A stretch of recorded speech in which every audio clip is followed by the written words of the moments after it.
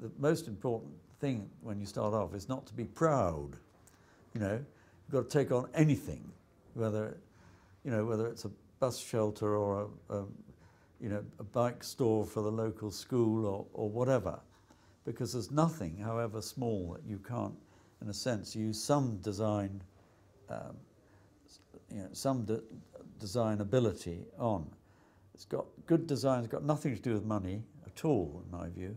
Sometimes having absolutely no money is a kind of wonderful challenge, and you can produce something which is incredibly kind of pure just because you've got no money.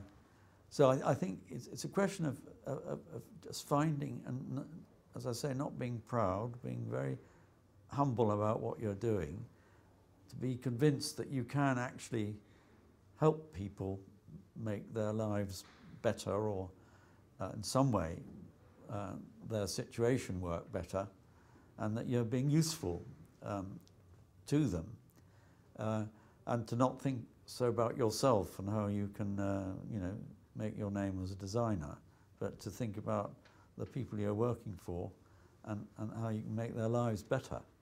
It's very interesting, this whole line between how, looking at architecture kind of visually and academically, learning about it, and kind of physically doing it, or at least physically understanding buildings by visiting them.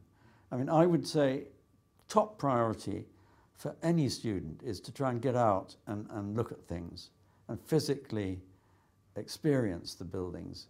And for instance, I remember my first visit to Finland to see the work of Alvar Aalto. Made a huge impression on me. Just literally, you couldn't understand those buildings unless you went there.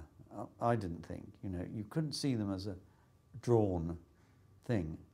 And I think that really goes for nearly all architecture. And whether it's done by famous guys or not, it's the physicality of it. After all, it's a three-dimensional thing.